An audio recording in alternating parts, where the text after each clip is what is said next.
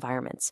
We're seeing a massive anti-looks-maxing movement, which is basically a total rejection of that internet trend of hyper-optimizing your physical appearance.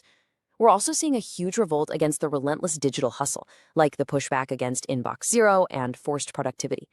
At the exact same time, governments are stepping in, like the UK implementing landmark social media bans for users under 16. In response to all this, consumers are turning inward. They're embracing quantified, physical self-care, things like intense hydration tracking and monitoring physical sweat scores during workouts, instead of just endlessly chasing digital likes. And this brilliantly highlights the fracture between the hype of technology and the reality of human well-being. People are finally waking up to the fact that our over-reliance on tech has real consequences.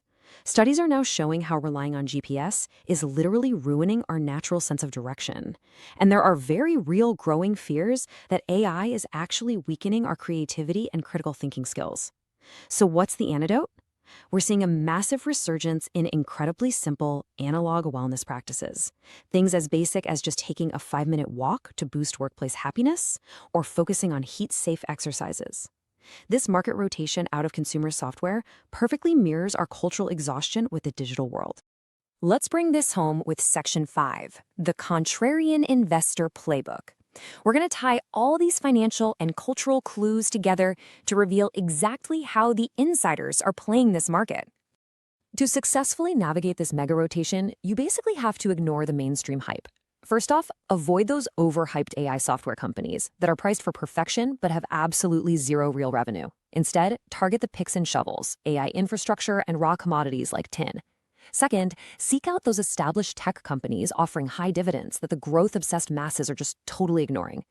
Third, look for hidden gems in corporate spin-offs. You know, when a massive company spins off a smaller, independent business? These guys often outperform their parent companies in their first 2 years, but they almost always get dumped initially by index funds.